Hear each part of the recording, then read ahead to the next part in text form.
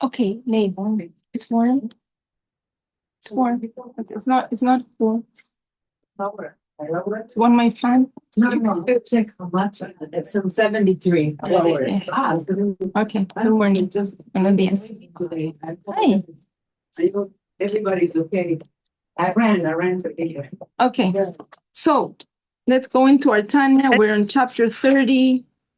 I really encourage the people that study, that are by Zoom, to get this book. It's an amazing book. Okay, so we just recap from last week. We said that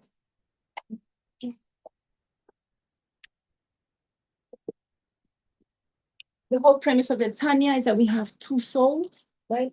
The divine soul and the animal soul. And the center point of my animal soul is survival. This is what the animal soul is focused on, that the body should sustain itself. That is the purpose of it. It's a holy purpose. It can turn egoistic. Welcome. It can turn egoistic. Here. Welcome. It can turn egoistic, okay? And the center point of the divine soul is Hashem. Whatever Hashem wants, that's what makes me happy, okay? Now, we just a recap from last week. We said that the animal soul, it sugarcoats everything that we do. There's a sugar coating or a chocolate coating on the almond.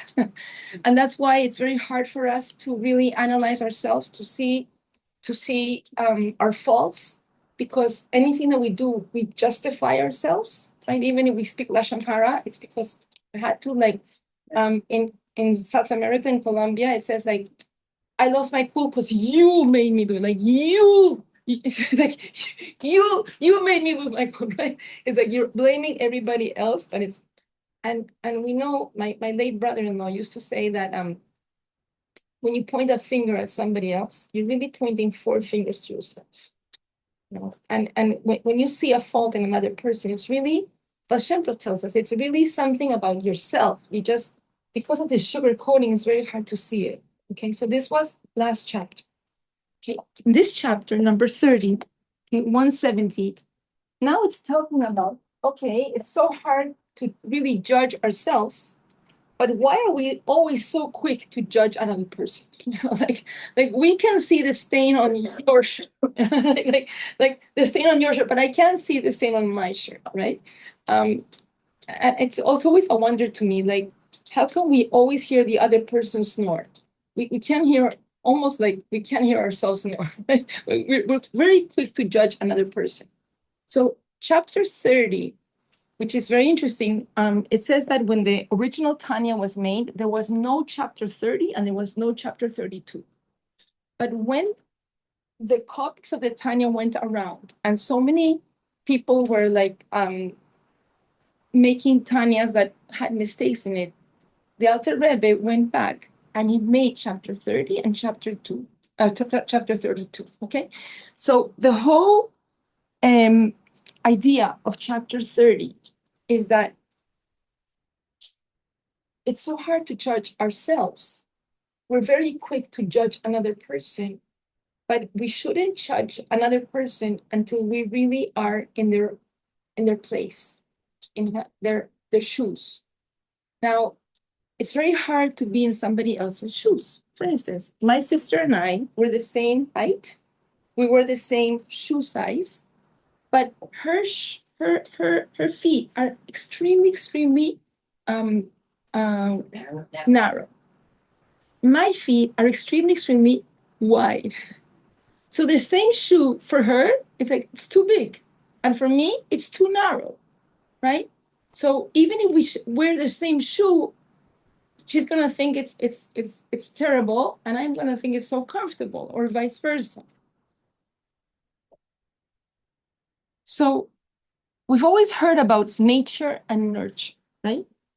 What makes a person? Is it their nature? Is it because you're born this way?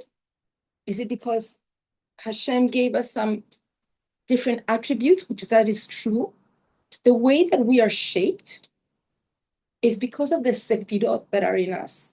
The sefirot, yes, 100%. The sefirot are the energies that Hashem gives us. So a person of chesed, they will look a little bit more chesed-like, a bit more soft, right? A little bit maybe more plump. Sure. Okay. And a person of gevura, they look a little bit more chiseled, a little bit more, it's more, and it's very interesting. Even if you're born more with chesed and you work more on your gevura, you will change. Your physical appearance will change a little bit, because nature is something that we're composed of. Let's go deeper. There's only, Hashem is really essence. There's only 4 elements that he uses to make the whole world, and that is air, water, fire, and earth. Everything is composed. It's like we're in the kitchen, what we have, and we can make many dishes out of it, right?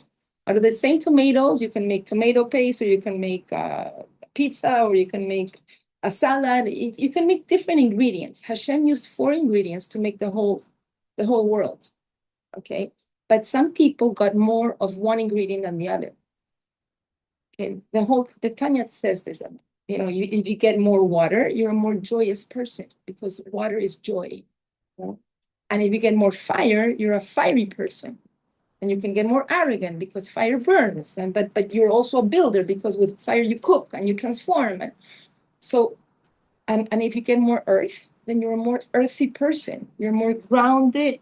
But it can also lead to depression, because it pulls you down, right? And if you have more air in you, then you're more airy. You can be an airhead, or you can be spiritual. You can understand things that you can't really, are not tangible. So in another chapter, it speaks about that. But that's what we're composed of. So that's nature. But there's also nurture. Because it says, don't judge another person until you're in their makom, in their place. And the Rebbe explains, it's their place that also makes them who they are. It's what they grew up with, right? It's what they saw. It's the circumstances that they lived, right? So that also influences a person. So chapter 30 is about, how can I judge another human being if I really haven't lived everything every day, and not even their what they have lived around them? Maybe I'm not built. I don't have. Some people, the Tanya talks about the cold fish. There's some people, if you give them ice cream, or you give them salad, or you give them a meat, it's all the same. It's like, it's just food. They just want food. It's like they're not gourmet. They're not foodies, right? And there's other people that, they're like, they have passion, and they want the taste and the gourmet and the whole experience about going to a nice restaurant. And yesterday it was very interesting. I had a grandma, God. My son asked me, please take care of my 3-year-old after school. I said, sure. She had a gymnastics at 4:30, but we had an hour and a half before. So I said to her, okay, my son told me, you can take her for ice cream. I said, okay, it's a treat. I'll take her for ice cream. Then I said, you know what? I'll offer her, imagine a 3-year-old. Okay. I offered her, do you want to go for smoothies a little bit? Do you want to go for ice cream? Or do you want to go for sushi? Wait. Or do you want to go for sushi? What did the 3-year-old choose? Sushi! This is 2026. Oh my God, I would have gone for ice cream. Sushi. And then she proceeded to eat. She told me she cooked salmon with avocado. She ate the whole thing. And it was so interesting to me, because, okay, so there you go. She's a little gourmet, and she's been nurtured around her for this sophisticated palate, at 3 years old. Okay, good for her. You know, it's the big, okay. No ice cream. You know, didn't get the ice cream. I have a question. Yes, yes, ma'am. So don't judge somebody unless you're in their place. Right. What if somebody wrongs you? Right. Like how? Like steals your security deposit when you didn't deserve it to be stolen? Right. Why? Okay. What do they call this? So okay. So there is a right and a wrong. Right. Right. Like in the Ten Commandments, it says, "Do not steal." Right. Nobody has a right. Like your right to be free stops where you're incurring in my freedom. Right. You can, even when we dab in, we're allowed to shake and to move, but I can only express myself to the point that I'm not bothering the next person. Right. So the judgment is not like it's a judgment of, you know, there's a story here. There's a story here. Look. 171. Let's skip over the first page. We'll go back. 171. It says, once in a small town in Europe, a young orphan was caught stealing from the community tzedakah box. So somebody's stealing from a tzedakah box. It's just an orphan. Let's expel him, the people demanded. You know, let's get him out of this community. But one man, the Chassid Red Pinche, wouldn't have it. Were you ever an orphan? He demanded. Were you ever lame? His questions were greeted by silence. Have you ever walked the streets hungry? Have you ever been homeless? He demanded. You don't answer because you haven't experienced these things. He rebuked his sheepish audience. So how do you have the audacity to scream at this child? With that, he took the child by the hand and left. You know, this is a circumstance. There's an orphan, right? And he was driven by hunger, and he is going in the wrong way. Stealing is not allowed. But the reaction of the community is to judge him harshly. Just like anybody else. Right.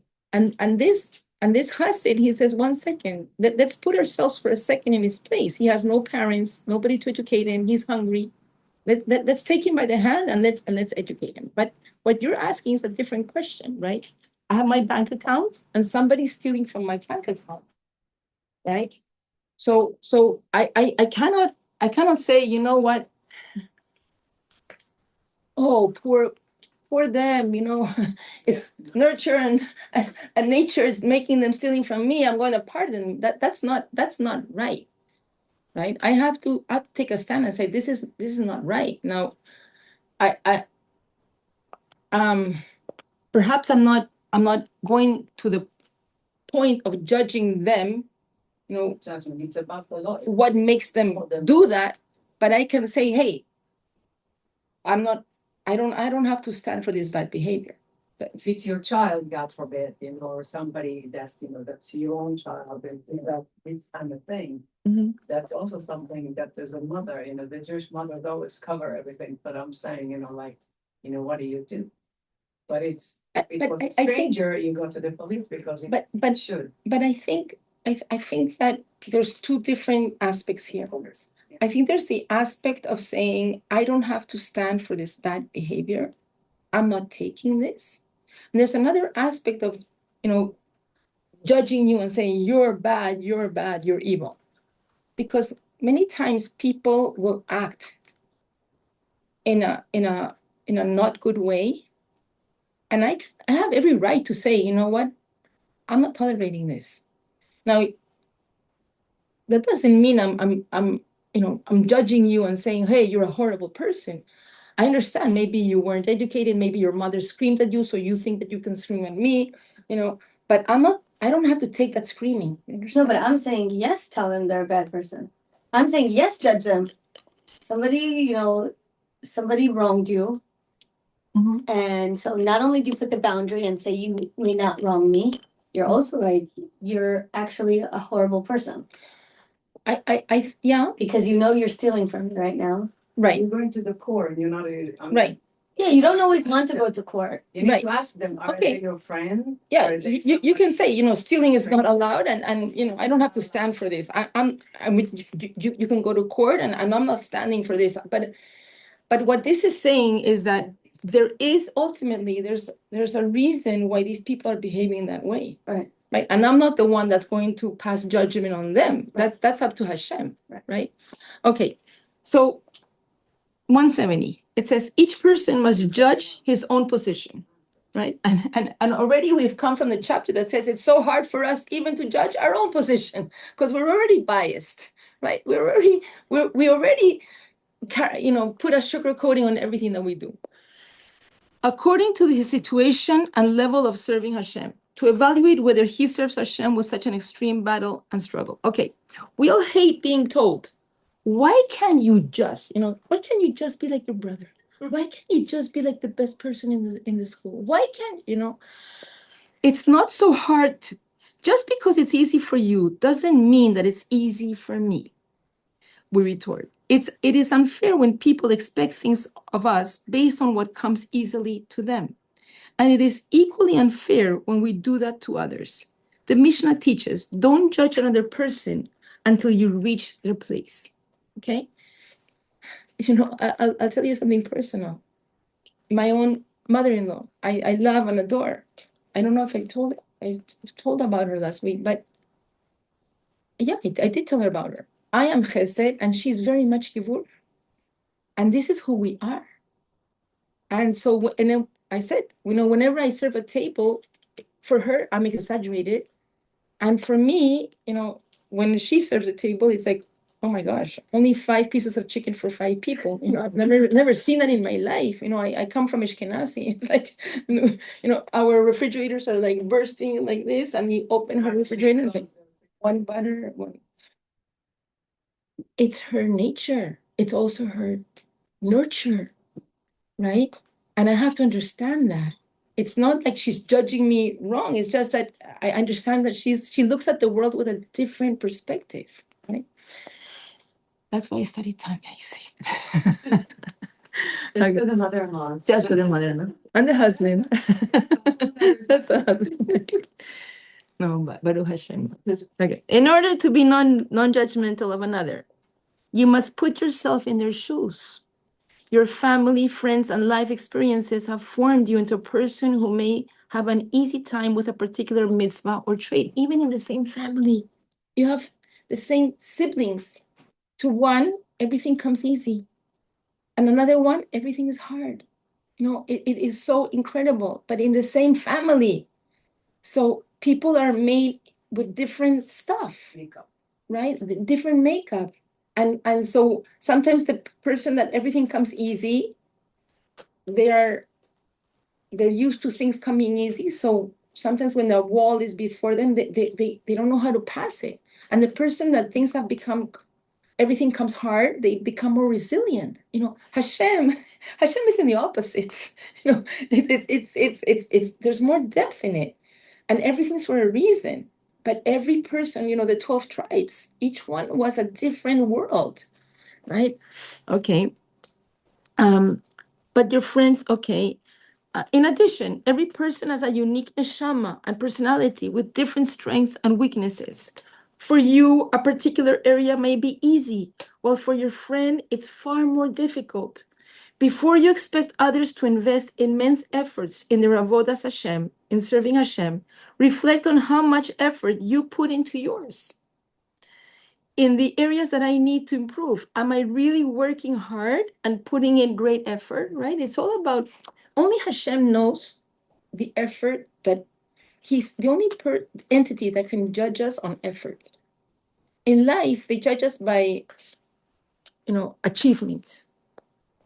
But only Hashem knows, sometimes for one person, just getting up from bed and making breakfast for the family is a tremendous effort.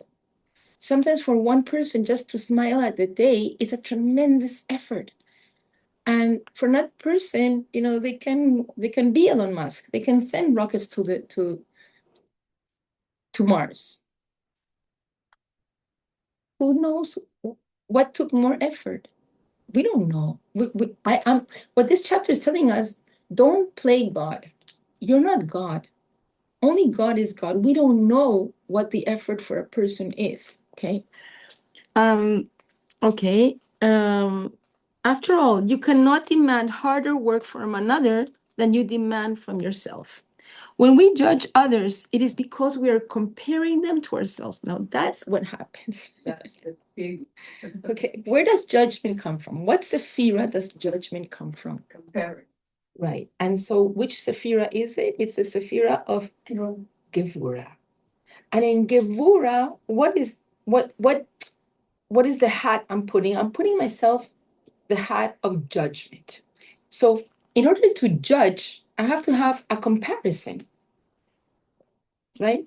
That's why chesed it's like it's all, it's like undefined. Like I have love and unconditional love, and it's like, and my mother can love one child and more child, and Hashem can love us all because it's undefined, right? But from Gevura, there is my standard, and then I'm judging, and that's why I think we also mentioned it last week. Who is? Oh no, I didn't say it here. I once heard this. Who is fat? Who is fat? Whoever is fatter than me. Who is skinny? Whoever is skinny than me. Who is old? Whoever is older than me. And who is young? Whoever is younger than me. Right? Who is working too much? Whoever works more than me. Who's working too little? Whoever, because in judgment, huh? I love it. I just lost 20 pounds. I love this. She just lost 20 pounds. She loves me. Okay. Okay. And you're Saying you set the status quo. Exactly. Yeah. That's what judgment is. Judgment is saying, I am like, I'm like God. I am perfect. I am the standard. And then I judge everybody, up. It's interesting. When I was a little girl, I remember thinking like 40 years old is like old. And then I got to be 40. I got to be 40 and I said, well, it's young. And then I said, okay, 60 would be old. And then I got 60 and then 60 is young. So how do we judge? It's interesting. I remember as a little girl, my grandma was a widow from early on. And so I would sleep a lot over her house. And what did she do at night? She would cook. I guess she didn't have a husband, so she would cook. So we would get to her house. It was like 6 o'clock or 7 o'clock at night. She would go into the kitchen and she would make cookies and things like that. I remember looking at the counter because the counter was here. So I was a little girl and the counter was here. So to me, the counter was very, very tall. I know what you're gonna say. Right? Or my other grandma, I remember looking at her and she was like this. And then when I was 15, I went back to see her in Peru and she was like here. So judgment, we're always putting ourselves at the center and we're, you're too much, you're too little, you're too tall, you're too short, that's the problem with judgment. Because the ego is at the center. Okay? All right. So Vivian, one question. Judgment from which soul? From the animal soul. wait. What? Judgment comes from the animal soul. 100%. But the animal soul is the nesham. No, it's the nefesh. Okay. They both use the nefesh. The Yes. animal soul is here. The animal soul, is centered on me. Yes. Okay. Because you have neshama, nefesh, ruach, and Ruach. yechida, right? Yeah, but And in both souls. They're all divided in two. Yeah, but they both use all the attributes of the souls. Okay, there is not one that is more animal and one that is more godly. No. They both will use my nefesh, my ruach, my neshama. They both will use it. The two souls will use that the 5 parts of the neshama. Okay, the 5. What is the? I said 4. Yes, I don't remember. My yehida, my ruach, my nefesh, my neshama. Yeah. Okay. Thank you. Yeah. Okay. All right. So, When we judge others, it is because we are comparing them to ourselves. If we can do it, why can't they? But the truth is that something may be much harder for him than it is for you. Therefore, there's no place to judge others. Every judgmental observation is really a God-sent opportunity to judge and correct ourselves. Every time we feel like judging is really the Baal Shem Tov telling us, hey, maybe that you are looking at another person and saying, maybe you have that in yourself. So now, matter doesn't transform. I mean, doesn't disappear. Matter transforms. Like water becomes gas or becomes ice, right? Okay, it changes, all right? Everything physical is because the spiritual works the same way. So emotions don't disappear. Emotions, we can transform them. So if I feel like passing a judgment call on somebody, because I say, wow, they are really lazy, or they are really, whatever they're doing. So there's a story, and it's a story about, we've told it many times in class, in a train, and there's a man reading the newspaper, and he's going on his way on the train, and he's so happy reading the newspaper, and then another man comes with little children, and they come into the same wagon, and they start, as the train takes off, the little children are like tearing the newspaper and going up and down, and pulling the man's hair and all this, and the man is exasperated, and he finally tells the father of the children, hey, you really can't control your children. And what does the father of the children say? You're right, I cannot control them. We just came from the hospital where their mother just died. And what happens? All of a sudden, You don't know the story. you don't know the whole story. And now the judgment call from saying what a bad father, what horrible children, all of a sudden the man reading the newspaper leaves the newspaper and now tries to play with the children and help them out. So emotions from judgment, from Gevura, have to be transformed. How do we transform them? We go to Tiferet, we go to mercy, we go to understanding, we go to try to put myself in their place. Because remember, empathy, right? Because Chesed and Gevura can both come from a very egoistic place. Even Chesed, it's my Chesed. It's my necessity to give. It's my necessity to love everybody, right? And Gevura is also coming from an egoistic place. It's me. I am placing, I am saying how much, the communist, how much money you should make, how big your house should be, all of that. Tiferet is the first Sephira that we go outside of ourselves, outside of me. And I try to actually go out into the world and see, wait, what is the reality? What is the objective reality? What is your position? What do you need from me? How much chesed and how much gevura? That's what creates empathy. So every time that we are very fast to go to judgment, perhaps we have to switch it over and try to empathize, right? Okay. All right. So 171. The Mishnah teaches, judge every person favorably. These words can also be read to mean judge the entire person favorably, which means see the whole picture, try to see the whole picture. When you find yourself judging someone's behavior, take a step back and look at the entirety of the person. When you see a person in the context of his family, his upbringing, his experiences, and personality, you will find your judgment replaced with understanding and compassion. Okay. Okay. So that's what Shar Habitachon, Rabin, the rabbi, what's his name? But Ibn Pekuda. So he says that's why when a person tries to judge another human being, we only know a little bit of the person, right? We only know a little bit. We don't know the whole person. We haven't been with a person the whole all his trajectory, even from the womb. Even from the womb, who knows, what happened in the womb. Chas Shalom, they even told me about these children that are placed for adoption, and they are babies that are born already. They're addicted to they're addicted to drugs because their mothers were. Like we don't know.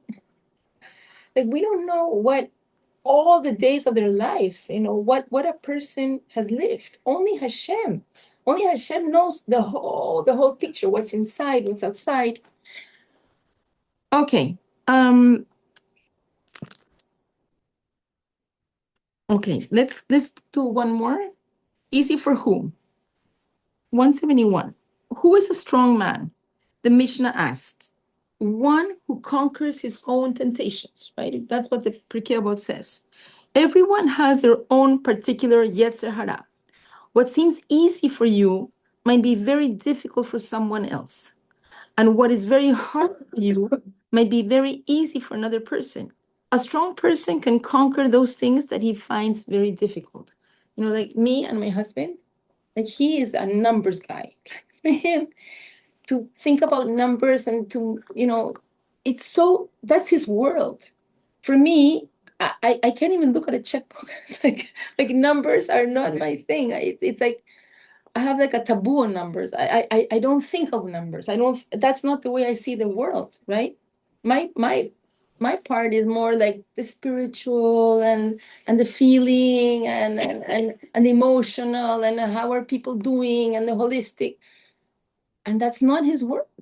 It's not how he sees the world. It's like we're like two, like right hand and left hand. And that's the way he made it. Like that's the way that it is, because we're two parts of a whole. And so for me to look at him and to say, but why are you more empathetic? He could look at me and say, wait, how come you can't even, huh? Learn something. Yeah. And life is about understanding. Life easier and how you your life and what's your core. Yeah, but it's like two different worlds. Yeah. Okay, I think we're gonna leave it here. Okay, and we're going to okay, one more. The green part here. In judging your own effort, analyze both the effort in holding back from a prohibition, like how much effort does it mean to me not to transgress something, and the effort in doing a mitzvah, right? Do you expend extreme effort in the mitzvot you do, like davening, tzedakah, or learning, pushing beyond your nature? After all, there's no difference between avoiding something Hashem does not want or performing something he does want. They're all commands of the king. So, we know the famous story, Rabbi Elazar and Rabbi Elimelech, and they, Elimelech and yeah, Elazar, and they had gone traveling, and then they were accused falsely in a different city of being thieves, and they were put in jail, and they're in this cell with very rough people, and there's a latrine, there's a smelly thing in the middle. And so in the morning, Rabbi Elazar is Elimelech, sorry, he's very he's very sad, and his brothers, this is with Susha, so Reb Susha and Elimelech, his brother. And Reb Susha says to him, "Why are you sad?" He says, "Because it's the first time in my life that I can't pray Shaharit because there's something dirty here, and it's like a toilet, and we're prohibited from praying when there's something like a toilet." And what does Reb Susha say to his brother? He says, "The same God that tells you that you should pray Shaharit is the same God that is telling you don't pray if you're in a bathroom." So by not doing, you're fulfilling Hashem's commandment the same way. Like, it's not like sometimes we look at life and we say, oh, only if I achieve, only if I do, but there's, Hashem gave us two types of commandments. There's the positive, and then there's the things that we don't do. And they're both important. And when Rabbi Elimelech understood that, he got so happy that they started to dance. They couldn't pray, so they started to dance around, this latrine. And the warden comes and says, "What's going on? Why are they so happy?" And he asked the other prisoners, "Why are those two people dancing?" And they say, "I don't know. We really don't know. It just has something to do with that toilet that is in the middle." "Oh, really? They're happy because also I'll take it out." It can break that. Anyways, so many times in life, it's not about just what we do. It's about the restraints that we also have. They're both important, right? And it's a healthy thing. Even in the education of children, it's a very healthy thing that they know it's a no. Like even in kosher, I mean, children that grow up knowing that there's things that they don't eat, it's a very healthy thing to understand that everything that your animal wants is not necessarily you have to do. There's things that we came to restrain ourselves from doing. Okay. Oh boy. One second. We need to put. One second. That's my.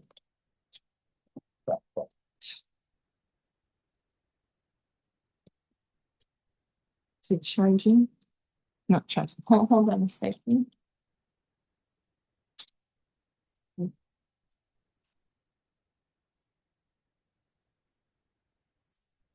Okay, we're going to go into the Tehillim. Okay. So we're going to leave our Tanya. Okay. And we're going to go into our Tehillim, and we're on Tehillim number 21. Okay.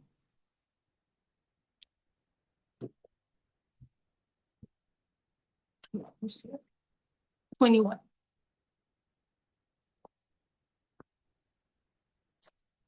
So these books, it's an edition by Asher Milstein, and he gave them to me to give out. So they're yours to keep. You can take them home. You can, this is based on the Talmud. You can take them. Okay. All right.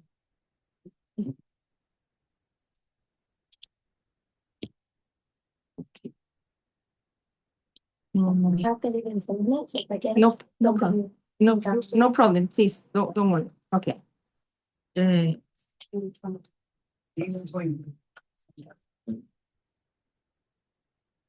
Okay.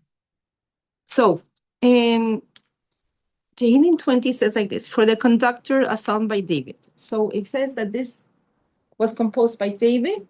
Not all Tehillims were composed by King David. And it's talking about how the kings of Israel should behave. And also it's talking about Mashiach.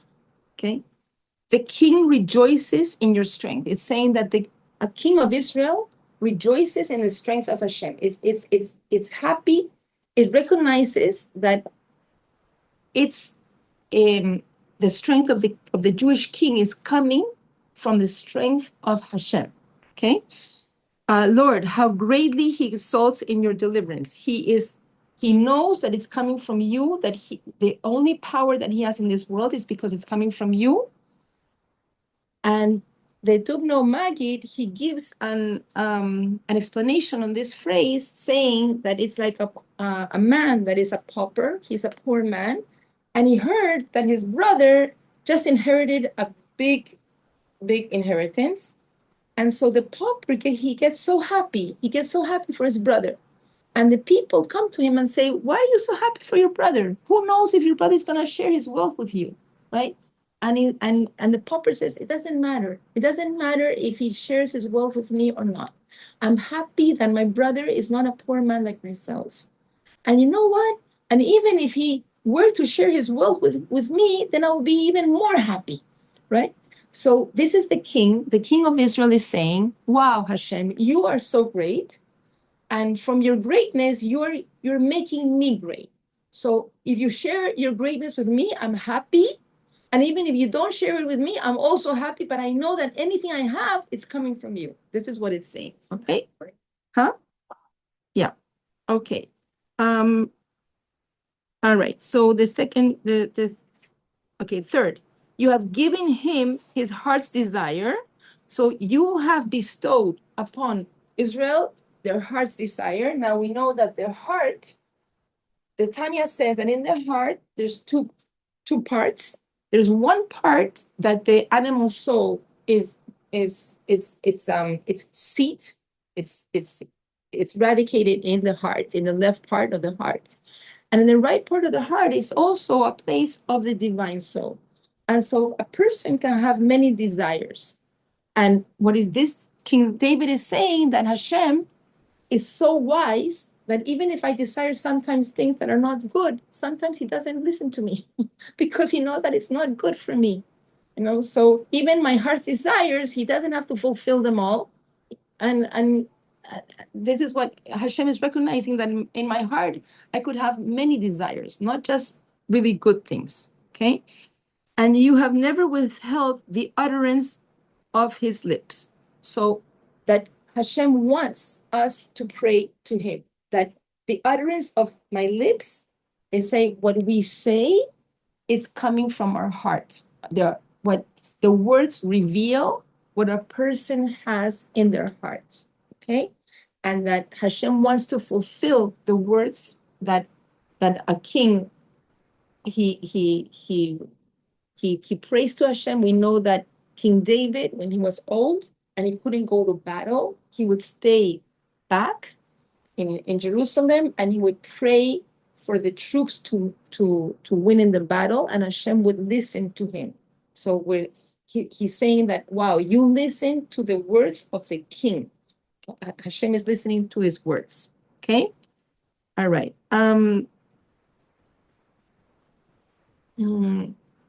Okay. Okay, so you have given him his heart's desire. You have never withheld the utterance of his lips. You preceded him with blessings of good. So it says, even Hashem wants our words. He wants us to pray to him. But even Hashem sends blessings to us, even many times before we ask for them. So it says about King David, when he was a little boy, he was thought to be a bastard by his father. He was shunned. He was shunned by his brothers. He was shunned by the community. And he was put out to be a pastor, to be a shepherd, so as to keep him away from the people, right? So it says that in that position of being a shepherd and being shunned by his family, he could never even fathom to ask Hashem, make me king. Like who in his right mind, being a shepherd and shunned by everybody else, would even fathom to ask Hashem to make me a king? So it says this sentence here, you preceded him with blessings of good. Like, and you made David a king. You preceded him, like he couldn't even fathom where you were gonna place him. And also Hashem does that to ourselves. Like if somebody would have told me when I was 15 years old, Vivian, you're gonna be at this side of the table and you're gonna be teaching Torah here, I would have said, I don't know what you're talking about. Right? I don't know what you're talking about. Because Hashem can take you beyond what you couldn't even put it into words. You couldn't even fathom where Hashem is going to take you. This is what it's saying. Okay? Huh? So true, because life can take you to places that you can't even imagine, but because we cannot even in our minds, we cannot even fathom it. And so this is what it's saying, okay? You preceded him with blessings of good. You placed a crown of pure gold on his head. And this actually, wait, you made him a king, but not only that, it says that, it says that this actually happened to him when David and Joab, they conquered Rabat, the capital of Ammon, and they took the king of Ammon, they took his crown, and they placed it on David's head. Okay, so this actually happened. Okay, he asked of you life. You gave it to him, long life. So David was this tremendous soul, very, very spiritual soul that was going to come into the world, but the world physically couldn't contain him. So that's why he was destined to die in the first 3 hours of life. Adam, the first man, he was created by God. So he had this light, the light of understanding, and he saw that there was this great light of David that was going to come into the world and quickly die in the first 3 hours. So Adam bestowed upon David 70 years of his life. That's why Adam died at 930 years. He was supposed to live 1,000 years. How do we know this? He gave him 70 years because we know that it says Hashem, when he prohibited Adam from eating from the tree of life and the tree of wisdom, he said, on the day that you will eat, you will die. And for Hashem, one day is 1,000 years. So he was destined to live 1,000 years, but he died at 930 years. Okay. All right. So he asked of you life. So not only did you give David life, you gave him a full 70 years. It's considered a whole lifetime. But what do we sing? We sing David Melech Israel, Chai Chai V'Kayam. May he live forever. What is forever? Forever is that his seed, from David come all the kings, and from David comes Mashiach. So not only did you give him life, but you gave him life forever. You gave him like the destiny of the kings forever. Okay. His glory, number 6. All right. One second. Okay, also, just a very nice anecdote that says here is that Adam that gave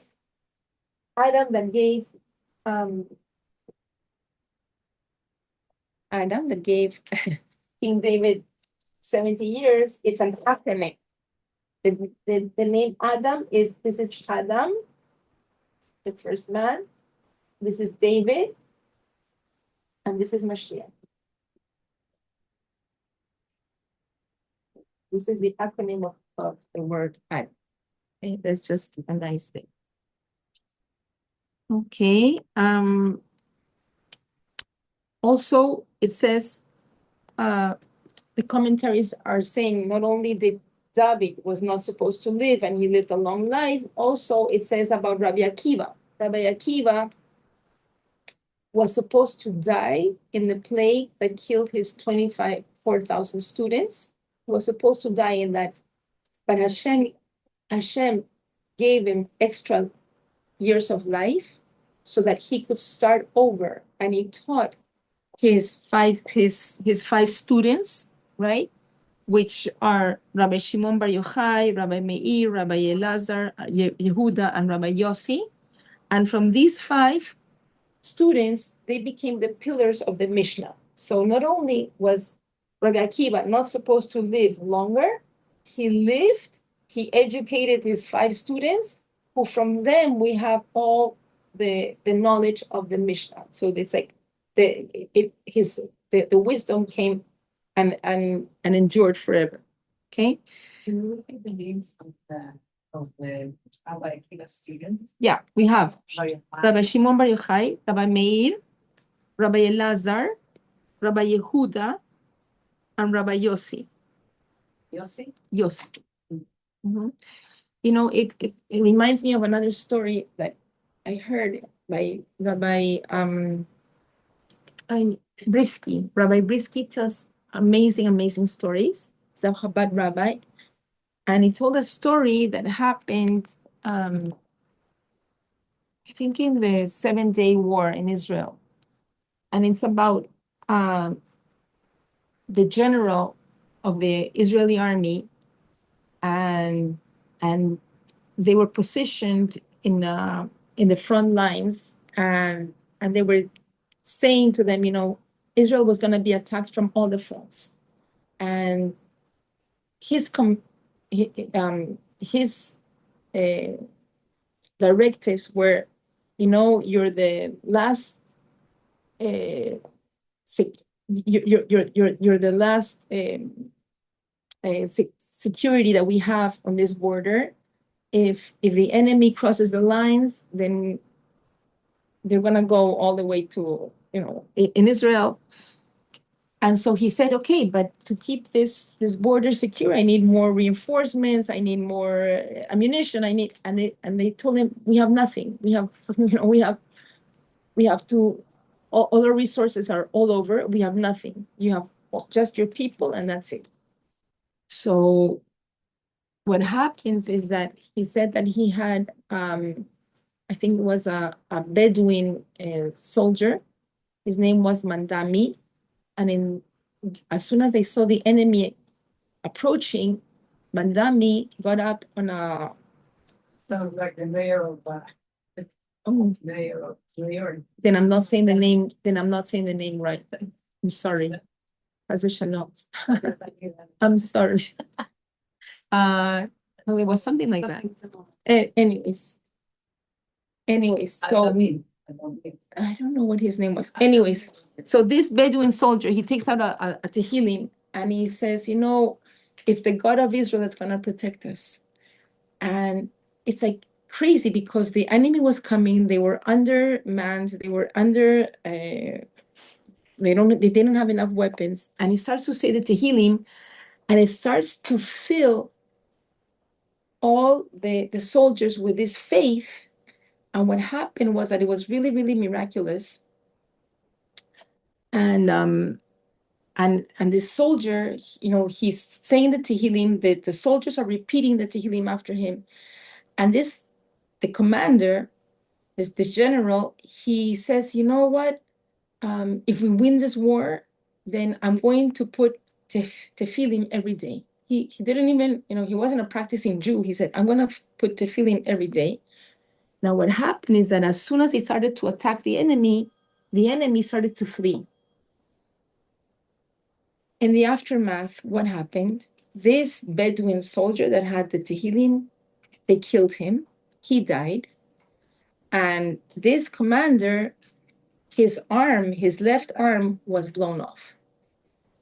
So for years, he didn't understand. The one person that filled us with this hope and said Tehillim, he died. And his arm that he swore that he was going to put tefillin, now he doesn't have it. So for years, he was really, really in this agony, thinking about this, until one day he was in New York, and the Rebbe asked to speak to him. And so the Rebbe said to him like this: this Bedouin soldier, he was killed because his neshama reached this spiritual plateau where he was totally given over to Hashem, and there was nothing else for him in this world. So he was killed. And the commander says, but why my arm? My arm, I had taken an oath that I was going to say tefillin on my arm. Why the arm that was going to... The Rebbe said to him, in that war, the bullet that came for your arm was really supposed to reach your heart. This is what the Rebbe said. That bullet was meant to kill you. There were supposed to be 2 casualties in that war.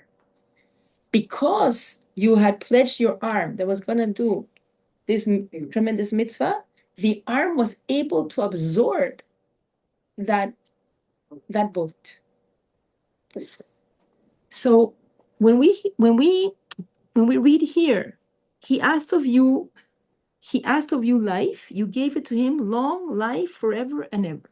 So sometimes, we're asking Hashem, give me one more minute, give me this opportunity, but we don't know.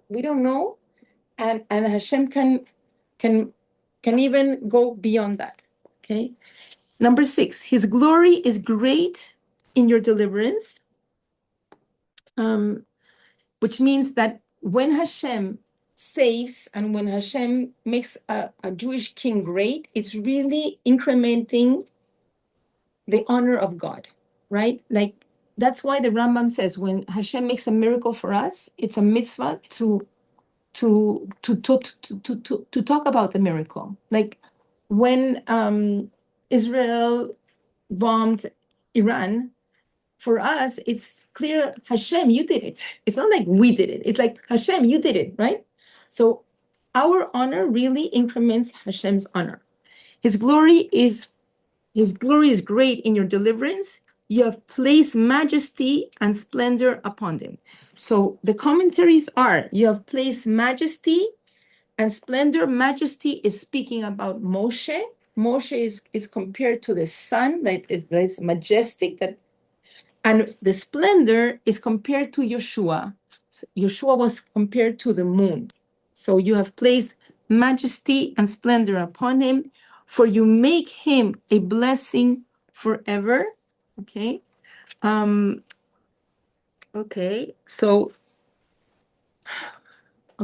So you make him a blessing forever. You gladden him with the joy of your countenance.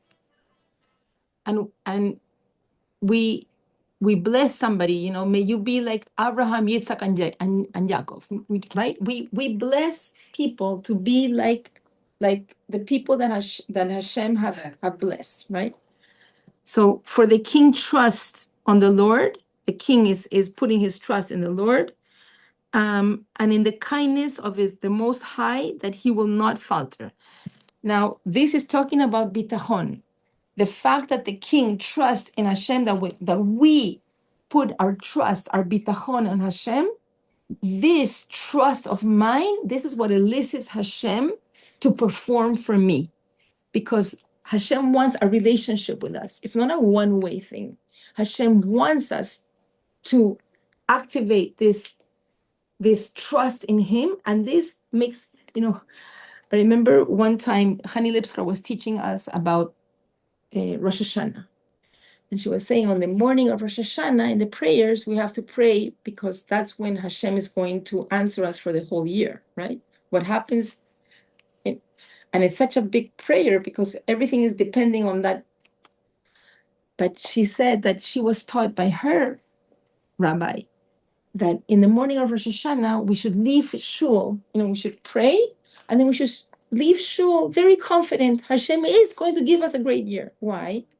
Because this confidence and this trust, Hashem looks upon us and says, well, I wasn't really thinking about giving them but they're so joyous and they trust on me so much that of course I have to give it to them, right? That's bitachon, right? That's bitachon. All right. So, for the king trusts in the Lord and in the kindness of the Most High, that he will not falter, right? That Hashem is going to perform. Your hand will suffice for all your enemies. So Hashem, we know our strength is not in the numbers. Our strength is not in the money. Our strength is not in the ammunition. It's if Hashem is with us, then it's going to really vanquish our enemies. Your right hand will find those who hate you. Number 10, you will make them as a fiery furnace at the time of your anger. So why does it compare our enemies faltering and dying in a fiery furnace? Because whatever is in a fiery furnace, it's like it totally, it's like it's totally vanquished, right? So the anger of Hashem is going to go against our enemies, and it's going to totally eradicate them. May the Lord consume them in his wrath. Let a fire devour them. Number 11, destroy their offspring from the earth, their descendants from mankind. And where do we see this? We see this with Haman. We see that Haman, right? He came against the Jewish people. He was the second person with power, with money, with 10 children. And he had honor, he had everything. But he came against the Jewish people, which is really going against Hashem. And Hashem not only obliterated him from the face of the earth, right, but also his descendants. In the same way that he wanted to kill Mordechai, he was killed, and also his 10 children. For they intended evil against you, and this is very clear. The people that go against Jewish people, it's really going against Hashem. They devised evil plans, which they cannot execute. For you will set them as a portion apart, for your bowstring will aim at their faces. Be exalted, O Lord, in your strength. We will sing and chant the praise of your might. So,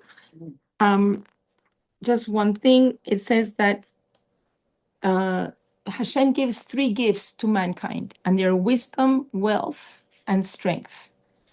And when we use them for goodness, as they are supposed to be used, right? That's why Hashem gives it to us: wisdom, strength, and wealth.